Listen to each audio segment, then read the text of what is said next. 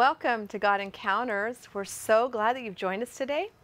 Today my guest is Steve Trujillo from the Father's House, and he and his beautiful wife have a wonderful ministry there. He lives here in the Pacific Northwest, and they meet down at Portland State University. Yeah. Now, you have Ty and Deneen Butler that do worship for you a lot, and they're awesome prophetic voices that I love to listen to. And you do live streams on Sunday mornings. Yeah, Facebook is now the thing where a lot of people are live streaming. So usually it's just the message right now. We're getting some new gear, and in time everything will be live streamed. But right now we're just streaming the message. Yeah, great. Well, I've tuned in before and I really enjoyed it. So, and I know the anointing on you, and you're good friends with my pastors, and that's cool. So, but anyway, I'm so glad to get you finally on the show. You're a busy man. So would like you to share with us a little bit about your background for people that don't know who you are. Right. So I was born in Cuba. My dad was a church planter pioneer. He had come to study in the United States to go. He went to a Bible school called Elam Bible Institute, I think it was called at the time, and it was a producer of missionaries. It was a kind of a missionary movement. Wow. And his heart was that he would be trained and then go to South America. He comes back to Cuba, marries my mom, and which he actually saw a picture of when he was in Bible school, and he said, "That's the girl I'm going to marry." And like everybody's like, "You're just going to pick up a girl, in a newspaper and say you're going to marry her," because her testimony was in this newspaper. And she said yes, and they got married, and they started working at a church, and eventually he started planting churches around sort of like small towns in Cuba. He started planting churches. Wow. And so we were there in this small city planting, and he was going out of there, and that's where I was born. And essentially the persecution got pretty intense, and in time he really felt like he needed to leave. My dad would sometimes disappear for like days at a time, and I go like, "Where's Dad?" And my mom goes, "Oh, he's out traveling," but he was in jail. They were always questioning him. They were always after him. It was pretty strong persecution. So but the neat thing about this is that my dad faced his churches being shut down after communism because they made every independent church either close down or join an established denomination. And my dad kind of asked, how many churches do you need for a denomination? And they said, you need 6. Well, there were already 2 churches that his movement was based out of, and he had planted 4. So he goes, I got 6. So he made a denomination. And today there's 700 churches in Cuba. Wow. And they're just exploding, planting churches everywhere. Wow. It's amazing. That is amazing. Yeah.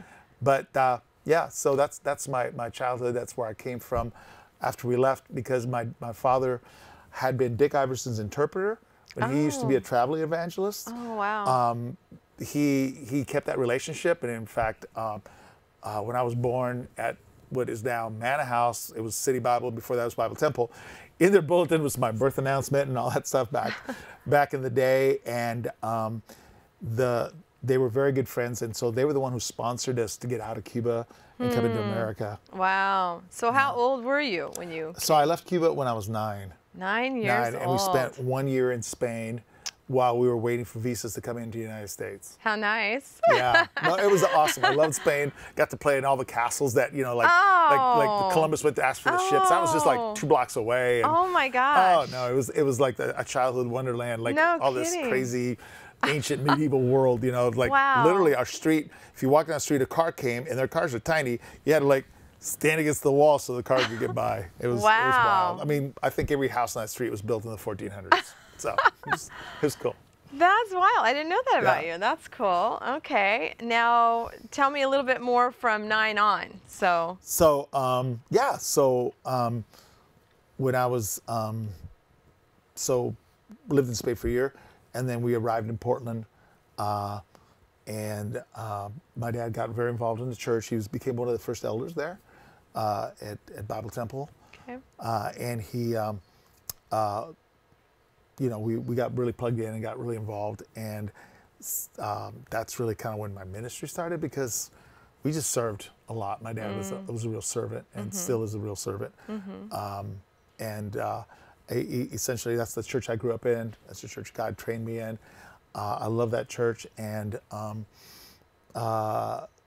eventually became their media director. Oh. When I was in my 20s. Okay. They hired me to be the media director, and well, I know you're a sound guy. Yeah, I learned that. Yep. You're good at that. And, Those are I had important gone to school things. for that. The funny thing about me is this: is I never wanted to be in full-time ministry at all, in what we call the full-time ministry. Yeah. Because my dad had done it, and I thought, man, that's how you are poor. So I actually went to school for engineering. I got a degree in broadcast engineering, and then I did audio engineering courses, and essentially the church ended up, because I knew all this stuff, right? They ended up hiring me on. So I ended up back in the church, but I thought that was cool. I was like, oh, I get to be in the kingdom of God doing what I want to do. Right. Right. But that didn't last long. What happened essentially was I was in that world, and actually loved what I was doing with the church and the audio, and developing the audio department and media. I had a lot of vision. Started doing some albums for the church and stuff like that, and did some things like that, But I remember this is a very prophetic man. He was the prophet of the church. His name was Jack Lohman.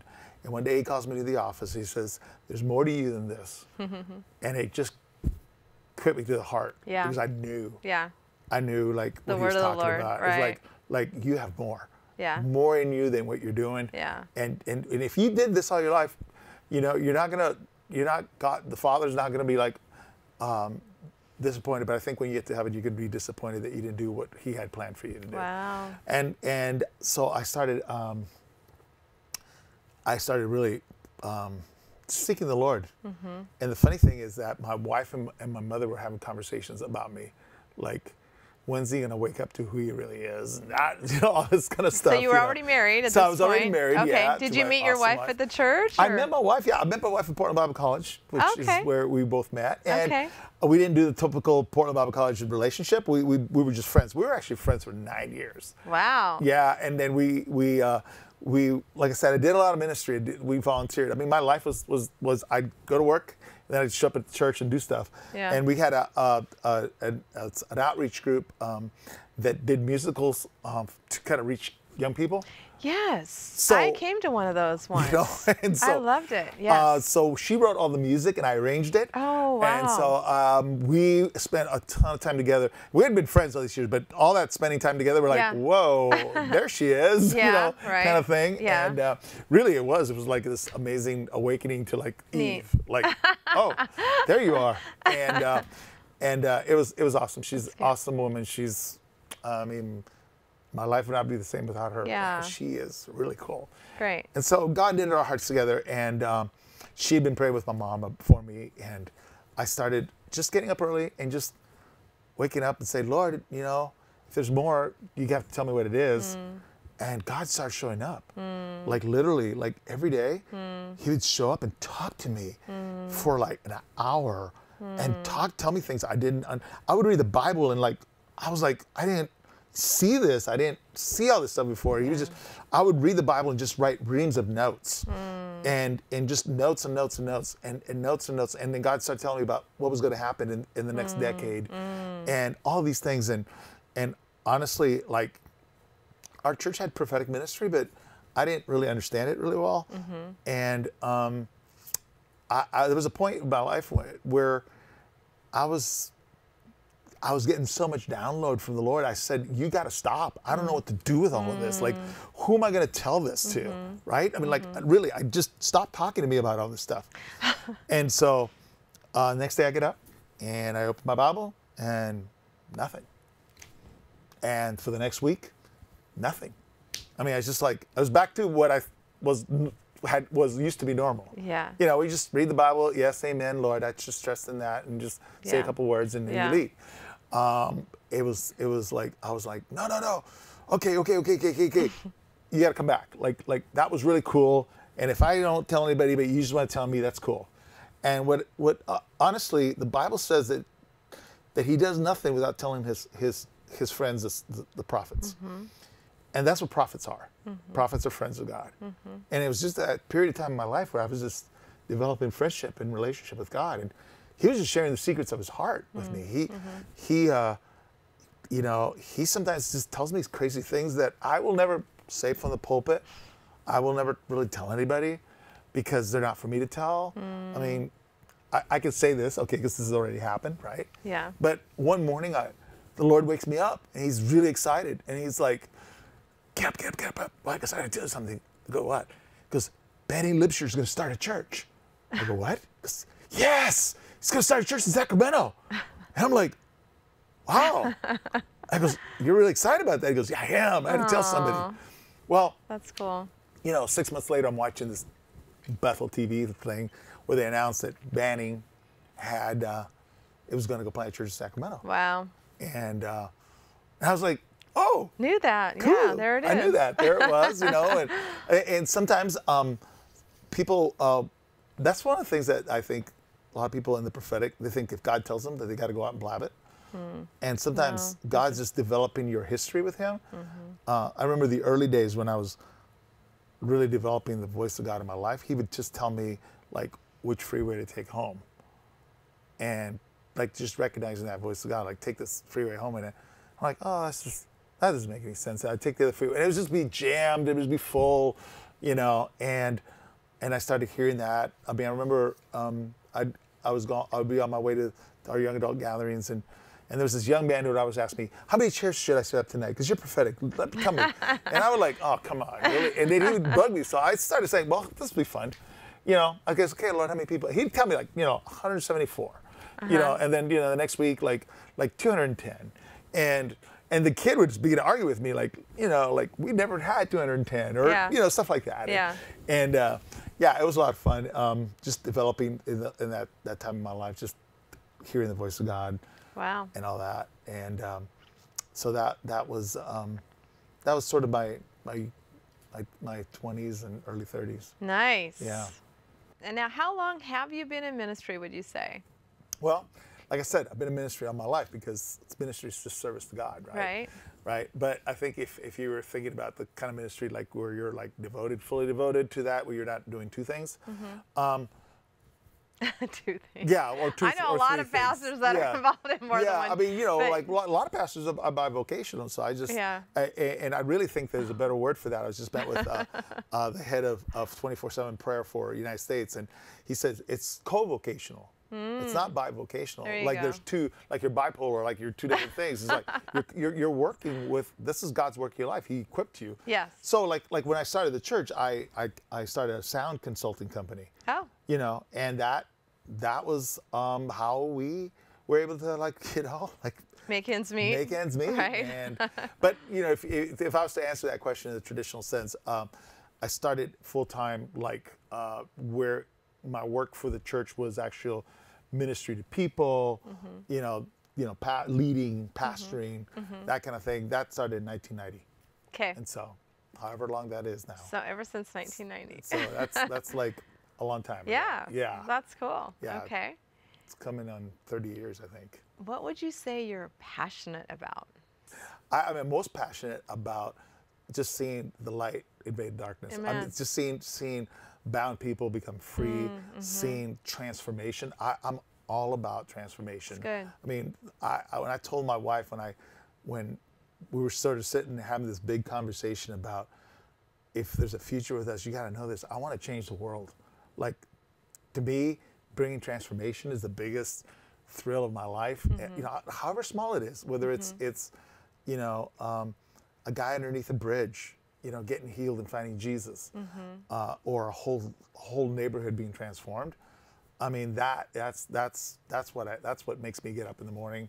Awesome. I love to see the kingdom of God just utterly take out the kingdom of darkness and establish what it really was created to be. That's good. So that's my passion. Yeah, that's good. What way would you say God speaks to you most? I mostly hear. So I mostly hear the voice of God. Like I said, those early years, it was definitely a voice. speaking. Okay.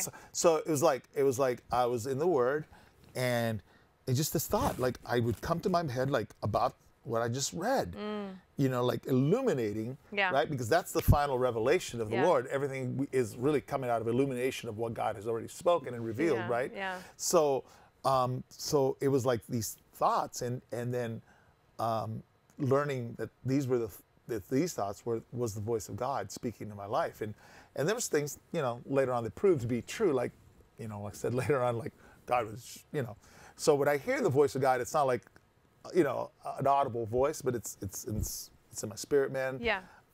And I sense it and feel it. I also see, and that's. So you see, for our listening audience, you see things in the spirit. I see things in the spirit. Okay. I see sometimes the angelic realm, the demonic realm. I see things that when God's speaking to me, I see what He's speaking to me about. Yeah. So you sense when you get the picture, you sense what it's. Yeah. Yeah. So I get that. and a lot of it is how we're wired. I'm actually probably way more visual than I'm actually auditory, which is really interesting because when I have to have a conversation with somebody, I tend to not look at them very well, because if I look at them really well, I start looking, oh, that's a kind of a cool color. Look at that pattern. And I get distracted by the visual. So I actually usually will look at the floor or look away from them so that I can listen to what they're saying. So I think God first spoke to me rather than showed me pictures. I would have probably been distracted by the pictures. Interesting. Like, oh, look at that cool valley, on that leaf on that tree. Right. Wow. So God knows how we're wired. Right. He knows how to talk to us. Exactly. I always say He knows our language. He does. He does. He created us. So, that's right. So He knows how to speak to us, and so like some people get dreams, some people get premonitions or a sense, Right. My daughter's very much that way. Oh, nice. Okay. Can you share a God encounter with us that was life-changing for you? Wow. I've had so many. I think, probably, this is probably not the biggest, but it was the most life-changing. Okay. That it set my life on a course. So I was 10 years old by the time our plane landed in Portland. I had lived in Spain. I had spent a month traveling the East Coast. And finally my dad says, okay, we're finally go to Portland. We've been hearing about Portland since before we left Cuba. Right? Okay. And so it was like Portland. And that's where we're going to go. And, I grew up in the church, and I don't know that I had sense or felt God that much. I mean, it was, just a kid. In church, we were at church a lot. So I played a lot of daydreaming in church, like as a little kid, just to stay entertained and play with hymn books like they're cars, And, but I remember when we landed, and back in that day, there was none of those telescoping arms that come out and meet the plane, You literally had a stairway, and you had to walk the tarmac, just like you do in the Alaska airline planes when you get off now in the Horizon planes, you have to get out. Yeah. And, the minute my feet touched the ground, just the presence of the Lord hit me, and I'd never experienced that before. And He said, you've arrived at the land of your destiny. You will never leave. Wow. That's a pretty cool God encounter. That was a really big God encounter, because honestly, it was so huge. Wow. As a 10-year-old kid, that the plan was always that my dad would come to Portland, and from Portland, we would move to Mexico to run a Bible college. So Dick Iverson had like big plans for my dad, because he really trusted my dad, and they were given a Bible college. And they had nobody to send, so they were preparing him to send him. And I hear that, and I go, I can't go. I would be leaving my destiny. Right. Right? And I'm 10 years old, right? And I begin to pray, and I just pray every night. Lord, we can't go to Mexico. How am I supposed to do my destiny if I get, because I'm thinking like it's now, like I'm 10 years old, like it's now. And I remember praying to the Lord every night, and I remember Him saying to me, okay, you're not going to go this time. There'll be a time where you'll have to go, but you have to remember that you'll always be back. And wow. that it literally happened. The visas never came through. They wouldn't allow our family to go. My dad went by himself. He was there for about a year and a whole school year, kind of getting the school in order, Yeah. and all of that, and turning it over to new leadership. And he came back. And a few years later, I was 16. My dad announces, "We're going to move to Brazil." And again, I hit my knees, and I go like, Yeah. "Lord, you can't take me out of Portland." And there was just, I love Portland. Yeah. Did you ever tell your dad what God had said to you, though? I mean, did you ever tell him that? I never told him that. I never told him that till I was 16. When the second time around, we're going to go to Brazil. Yeah. And you know, I said, "This is where I'm called to be. I'm called to be in Portland." And he Yeah. goes like, "But our family's called to Brazil." It's like, "But that's a problem, because I'm called to be in Portland." And we had this huge argument. But I went, you know, to the Lord, and He said, "This is the time you have to go." Wow. And God actually used that whole time in Brazil. And He'll bring you back. Yeah, I mean, He and knows, He brought me back, right? But I just love Portland. I mean, Yeah. like I was just with a bunch of city leaders from around different states where I was doing some teaching, and they were like, "You need to come to our city." I go like, I don't like leaving my city. Yeah. So I mean, that was a God encounter, because I just, like, the love for Portland just hit me. Yeah. And a lot of people hate Portland. Yeah. And there's a lot of things to hate about Portland. I hate the weather. I hate the weather. I think it's a goofy culture and all these things, but I love the city. I mean, it's a God thing. Right. So that was probably the most life-changing, altering experience I've ever had Well, with it's Lord. not something you want to forget anytime No. soon. Do you have a miracle or something that's happened in your ministry that you want to share about that was miraculous? We have so many. Yeah. I mean, literally. Yeah. We could do the whole half hour just on the miracles. Wow. I mean, like we have seen people get out of wheelchairs. We have seen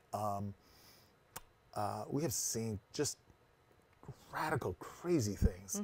Hopefully when the book comes out, whenever it comes out, there'll be stories about that. Yeah. I think one of the most kind of crazy ones I have was we were doing a concert. We were going to do a concert at Portland State University. And this is before our church was there. So this is early on in my ministry that, you know, God gives you lions and bears and stuff like that. And we're supposed to do this big concert. We'd spent all this money for the stage and the band gear. And that morning I get up and I look at the radar, and it's just, they'd not forecasted this huge rainstorm, but all of a sudden it was there. And I'm like going, no. Like, I was supposed to do this. We had invested a ton of money into this event at Portland State. And I said, "Lord, I don't know what to do." And so we went down there, and it had been raining, and the stage had been set up, but nothing else. And I, you know, because I knew that, you know, if we set up the equipment and it gets rained on, we own it, right? Yeah. So, because it was all rented. And so the Lord said, "If they'll be with you, I will stop the rain." And the rain's not supposed to stop. Right. Right? So I said, "Okay, Lord." So I gathered the guys who had been really invested into this thing. It was actually their idea. I was just facilitating it. And I said, "Guys, is God big enough to stop this rain?" And I said, "Don't tell me the answer. I want you guys to pray." So I walked away, and I sat down and I prayed. I said, "Lord, if they say yes, what do we do?" And He told me a series of things to do, which some made no sense to me and some made sense. So I waited for them to come in and they say, "It is absolutely God that we do this, and we believe that He can stop the rain." And so I said, "Okay, order a tent. Order a large tent for the stage." Yeah. Those aren't cheap either. No. I said, "Order a large tent for the stage," because the company wasn't too far away. He goes, "And I'll be back." And the Lord had me walk down the park blocks. And there are 3 stones in the park blocks that the Lord had identified to me as being indicative of the 3 dark powers that were over Portland at the time. And He told me to march around those 3 stones, declaring Psalms 24, "The earth is the Lord's, the fullness thereof, and all that dwells therein." Good. I just walked around it several times, and he had me then face the big giant stone that represented the strong man. And I said, you stop the rain now in the name of Jesus. Wow. It will not rain in Portland State the rest of this day. Wow. And I mean, it's pouring down rain when I'm doing this, right? It's 100% chance of rain till 11 o'clock that night. Right. And it's not light Portland rain, it is heavy rain. Wow. And I'm walking back towards the campus, and it's raining. And it's raining. And I get to the end of the sidewalk where the campus part begins, where we're going to do this concert, which was amazing that the campus even let us do it, because they never allow any concerts at night. They made a variance just for us. So it was a God thing all along, right? Right. So I'm across the street right here, and it's raining. And here's the campus, and here on this sidewalk, it's not raining. And that's the way it was for the rest of the night. Wow. You could look up at night, because the concert ended at night. You could look up at the sky, and there was a huge ring of open heaven with stars and just dark clouds and rain all outside of that. It was pushed out several blocks. Wow. I mean, way block. So that was huge. That was one of our biggest. That really launched us into the miraculous. That we later saw, like, significant, powerful healings. Yes. We've seen cancer healed. We've seen scoliosis. One of the gals in our church had scoliosis, and she was, in a lot of pain also from fibromyalgia. And really, I mean, a strong woman. She was a strong woman of faith, but was, really hurting. And I remember that day when that service, with the Spirit of the Lord fell.